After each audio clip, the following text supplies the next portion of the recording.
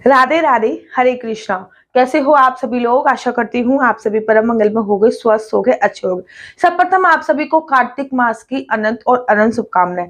वैसे तो सभी माह भगवान विष्णु को अत्यधिक प्रिय है, लेकिन मैं अगर कार्तिक मास की बात करूं तो वो विष्णु भगवान को बहुत ज्यादा प्रिय है, क्योंकि कार्तिक का सारे महीने भगवान विष्णु द्वारा निर्मित है, लेकिन जो कार्तिक का महीना है वो श्रीमती राधा द्वारा निर्मित है, इसलिए कार्तिक का महीना भगवान विष्णु को बहुत ज्यादा प्रिय है। कार्तिक का महीना कब से प्रारंभ हो रहा है? कार्तिक का महीना अश्विन मास की पूर्णमासी से प्रारंभ होता है, अर्थात शरद पूर्णिमा से प्रारंभ हो रहा है। और इस टाइम जो शरद पूर्णिमा पड़ रही है 2023 में, वो पड़ रही है 28 अक्टूबर से।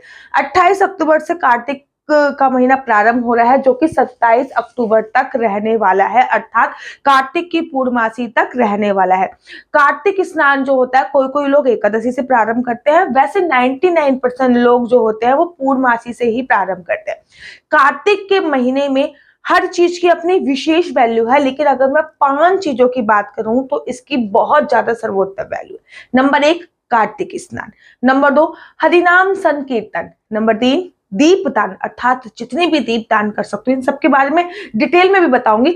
नंबर 4, तुलसी पूजा।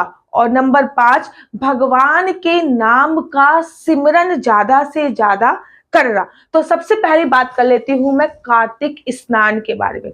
बड़े सारे लोग इससे अवगत होंगे कि कार्तिक स्नान तारों की छाव में होता है। पहले के जमाने में जो साधु संत हुआ करते थे, या पहले के जमाने के जो लोग होते थे, वो नदियों में जाते थे और तारों की छाव में कार्तिक स्नान करते थे। कार्तिक स्नान की महत्वता इतनी ज्यादा है कि एक ब्राह्मण ने, कि जो कि एक ब्राह्मण था, जो कि व्यापारी था, ब्राह्मण था लेकिन व्यापारी था, और वो कभी भी पुण्य का कार्य कोई भी नहीं करता था। एक बार उसको अपने व्यापार के लिए कहीं जाना पड़ा। जब व्यापार के लिए उसे जाना पड़ा तो विश्राम करने के लिए वो गोदावरी नदी पर रुका, और जब विश्राम करने के लिए वो गोदावरी नदी पर रुका तो उसने देखा कि गांव के लोग गोदावरी नदी पे कार्तिक स्नान के लिए आ रहे हैं। उसने ये सब कुछ देख लिया था, और जब उसकी मृत्यु हुई तब यमराज के दूत उसको लेने के लिए आए, और जब यमराज के दूत उसको लेने के लिए आए तो अनेकों प्रयत्न करने पे भी यमराज के दूतों का प्रहार उस पे नहीं हो रहा था। तब नारद मुनि प्रकट हो गए और उन्होंने बोला कि इस ब्राह्मण ने अपनी पूरी जिंदगी में कोई भी पुण्य का कार्य नहीं किया है, लेकिन इस ब्राह्मण ने कार्तिक में स्नान करने वाले लोगों के दर्शन करे हैं, इसलिए इसको आप यम की यातनाएं नहीं मिल सकती। तो सोचिए, केवल दर्शन करने मात्र से, जो कार्तिक में दर्शन करते हैं, दर्शन करने मात्र से इतनी पुण्य की प्राप्ति होती है। तो सोचिए, कार्तिक में अगर आप स्नान करोगे तो कितने पुण्य की प्राप्ति होगी। दूसरी कथा भी मैं आपको बताती हूँ, कार्तिक की महत्वता मैं आपको बता रही हूँ। कार्तिक के महीने में ब्रज गोपियों ने, रोज कार्तिक के महीने में ब्रज गोपियां स्नान करती थी, उसके बाद कात्यायनी माता के मंदिर में जाती थी और भगवान श्री कृष्ण जी की चाह रखती थी। तो भगवान श्री कृष्ण जी उनको मिले थे, आपको भली भांति परिचित है। एक कथा और आती है, ये आती है शिव महापुराण में। शिव महापुराण में वर्णन आया गया है कि ऋषि पत्नियां कार्तिक के महीने में स्नान करती थी और संतान प्राप्ति के लिए मां गंगा से प्रार्थना करती थी।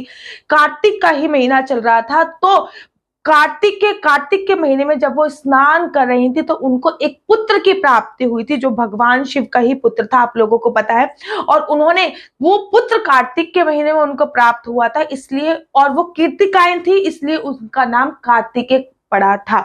उन्होंने 6 महीने तक कार्तिकेय जी का लालन पालन किया था, और वो महीना भी कार्तिक का था। कार्तिक के महीने में कार्तिकेय जी मिले थे, इसलिए उनका नाम कार्तिकेय पड़ा था, और कीर्तिकाओं को मिले थे, इसलिए उनका नाम कार्तिकेय पड़ा था। तो कार्तिक के महीने का जो महत्व है ना, और महत्व है, वो बहुत ज्यादा बढ़ जाता है, क्योंकि ये हमारी श्रीमती राधा रानी द्वारा निर्मित महीना है।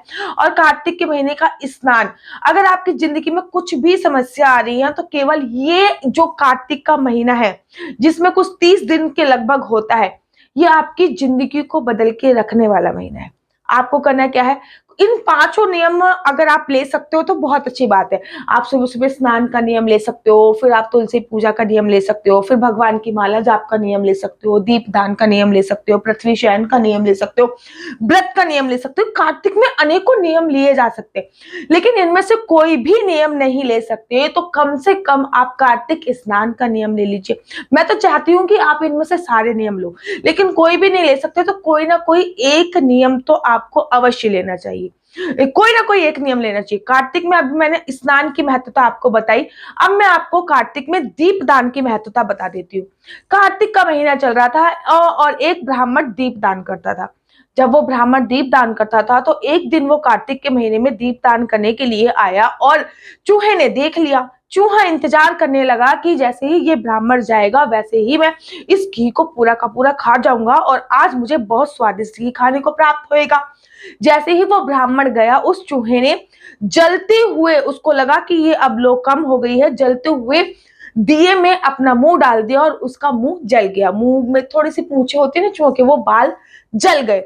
अब चूहा उस बाल की आग को शांत करने के लिए उसने पूंछ अपनी घुमाई अपनी तरफ और इससे उसकी पूंछ में जल गई और धीरे धीरे चूहा पूरा जल गया और उसके प्राण पखेरु उड़ गए। उस चूहे को स्वर्ग की प्राप्ति हुई और भगवान विष्णु के धाम में वो चूहा गया। और वो चूहा भगवान विष्णु के धाम में गया क्यों? क्योंकि उसने कार्तिक के महीने में दीप प्रज्वलित किया, जो दीप प्रज्वलित करते हुए उस ब्राह्मण को देखा था। तो कार्तिक के महीने में दीप प्रज्वलित करने की बहुत बहुत ज्यादा महत्व होती है। ऐसा शास्त्रों में वर्णन आया है कि कार्तिक के महीने में सत्रजीत ने, जो कि एक ब्राह्मण हुआ करता था, सत्रजीत ने मंदिर में दीप दान किया था, इसलिए उन्हें भगवान श्री कृष्ण जी के ससुर बनने का सौभाग्य प्राप्त हुआ था।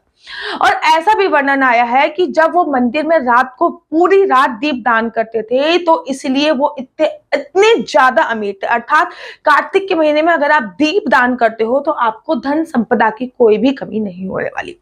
तीसरी बात करते हैं कार्तिक के महीने में तुलसी पूजा की। देखो तुलसी की पूजा तो वैसे भी अपने आप में महत्व बहुत ज्यादा होता है, लेकिन अगर मैं कार्तिक के महीने की बात करूं तो तुलसी के पास बैठकर महामंत्र हरे कृष्णा कृष्ण कृष्ण हरे हरे, हरे राम राम राम हरे हरे का जाप करना तो बहुत महत्वपूर्ण है। अगर आप कार्तिक के महीने में सुबह सुबह स्नान करके सूर्य भगवान को जल देके तुलसी के पास बैठ के तुलसी मैया की आरती करते हैं और महामंत्र का जाप करते हैं, उसके बाद तुलसी को जल सिंचाते हैं, उसके बाद तुलसी को आप हल्दी चंदन लगाते हैं, उसके बाद तुलसी में दीप दान करते हैं, तुलसी की परिक्रमा करते हैं, तो उसकी बहुत बहुत ज्यादा महत्वता होती है। कहते हैं कार्तिक के महीने में तुलसी की परिक्रमा करने पे हमें पृथ्वी लोक की परिक्रमा का फल प्राप्त होता है। तो कार्तिक के महीने में अगर आप कुछ ना कर पाओ तो कम से कम तुलसी पे दीप दान तो अवश्य करो। चौथी बात कर लेते हैं, और कार्तिक के महीने में भगवान के नाम का संकीर्तन, जो कि बहुत ज्यादा जरूरी है। मैंने आपसे बोला ना, वैसे तो सारे ही मास भगवान को बहुत प्रिय है, लेकिन कार्तिक का महीना श्रीमती राधा द्वारा बनाया गया है, इसलिए भगवान विष्णु को ये बहुत ज्यादा प्रिय है। और कार्तिक के महीने में आप जितना नाम संकीर्तन करेंगे उतना आपके लिए बहुत ज्यादा अच्छा होता है। नाम संकीर्तन अर्थात भगवान के नाम का जितना ज्यादा सिमरन करेंगे, सोते जागते उठते बैठते आपको भगवान के नाम का ही सिमरन करना होता है। सोते हुए भी आपको ओम नमो भगवते वासुदेवाय का जाप करना है, उठते ही आपको ओम नमो भगवते वासुदेवाय का जाप करना है। आप लोगों को पता है ये जो मंत्र है ना, ओम नमो भगवते वासुदेवाय, इस मंत्र के प्रताप से ध्रुव ने ध्रुव लोक को प्राप्त किया था और भगवान की भी प्राप्ति करी थी। इस मंत्र के प्रताप से प्रहलाद ने भगवान को प्राप्त किया था। इस मंत्र के प्रताप से कयाधु ने प्रहलाद को प्राप्त किया था। इस मंत्र के प्रताप से नारद मुनि, जो कि दासी पुत्र थे, भगवान ब्रह्मा जी के मानस पुत्र बन के प्रकट हुए थे। तो आप लोगों को पता है ये बहुत पावरफुल मंत्र, और कार्तिक के मंत्र महीने में जितना ज्यादा मंत्रों का उच्चारण किया जाए उतना ज्यादा कम होता है। आप तुलसी के वृक्ष के नीचे इन मंत्रों का उच्चारण कर सकते हैं। मैं एक एक करके सारी वीडियो बनाऊंगी कि कार्तिक के महीने में अगर आप स्नान कर रहे हो तो आपको किन बातों का ध्यान रखना है, कार्तिक के महीने में तुलसी पे दीप दान कर रहे हो तो किन बातों का ध्यान रखना है, कार्तिक के महीने में तुलसी को सींच रहे हो तो किन बातों का ध्यान रखना है।